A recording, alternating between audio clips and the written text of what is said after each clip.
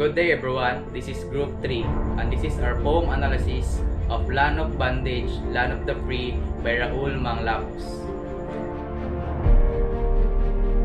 Land of Bandage, Land of the Free by Raul Manglapus speaks about the Tao and his struggles against the Spaniards. But at first, the Tao owned a piece of land and that gave him content, liberty, and happiness. When the oppressors came, no wonder that the Tao is being a slave and acquired of habits of being a slave during the Spanish era in the Philippines.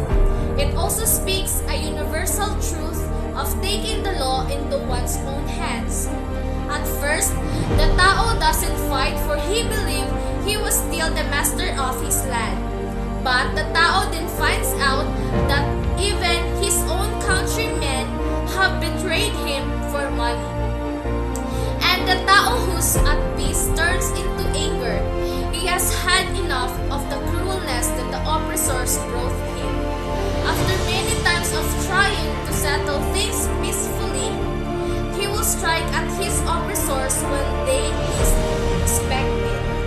And in the last part of this piece, it speaks about the man's desire for freedom.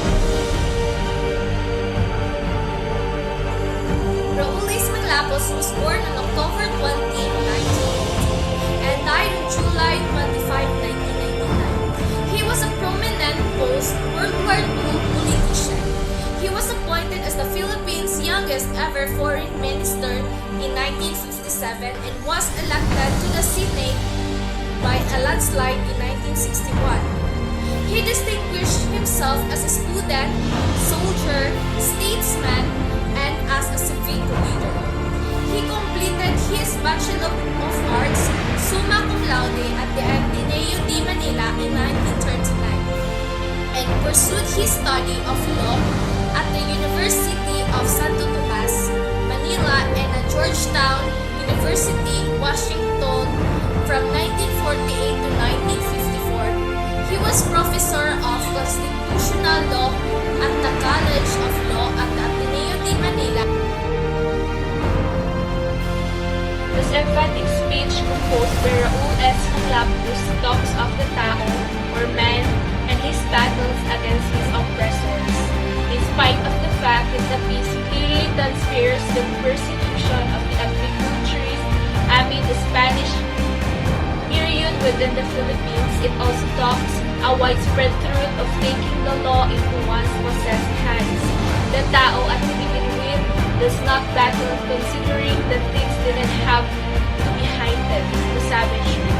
The Tao at that point finds out that indeed his kinsmen have sold out him for cash. The piece climaxes into the Tao's outrage.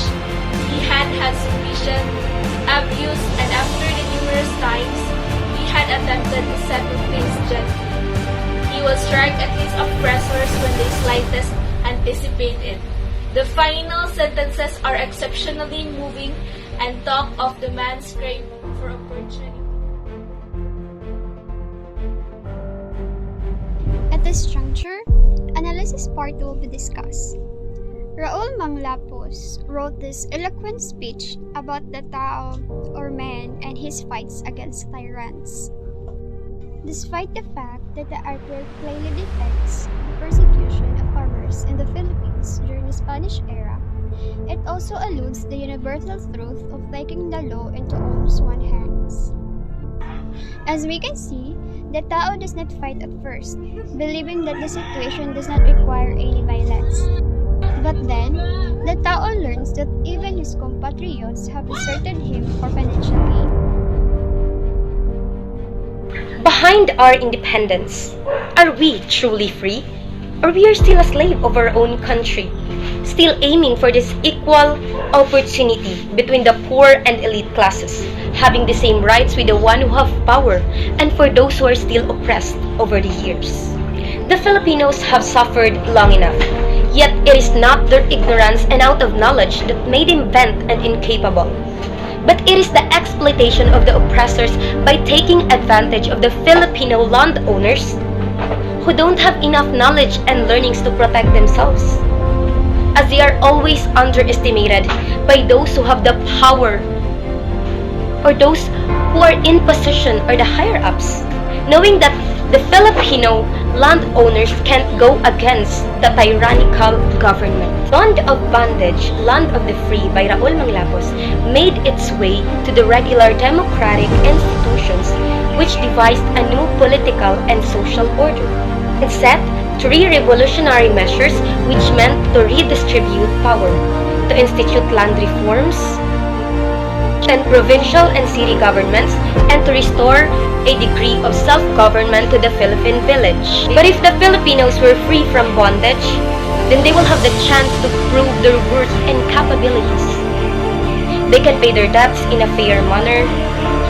They can restore their honor, hope, and dignity that was taken from them long ago.